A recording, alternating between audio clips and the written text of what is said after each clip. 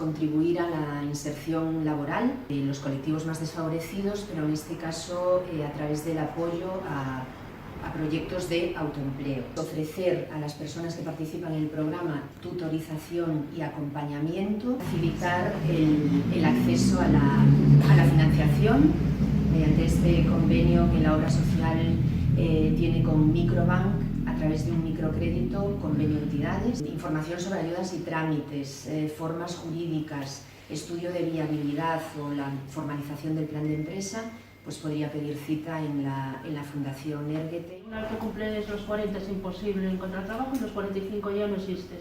Y entonces la única solución que yo veía era pues, el autoempleo. Hablé con la Caixa y fueron ellos los que me derivaron hacia Incorpora. Tenía que presentar un plan de empresa, un plan de viabilidad.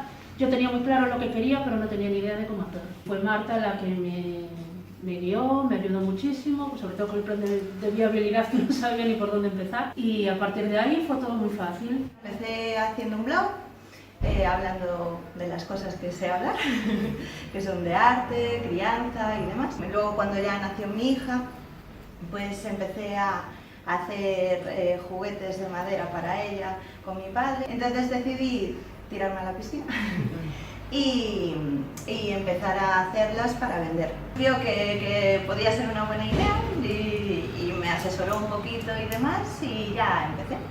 Y hasta hoy.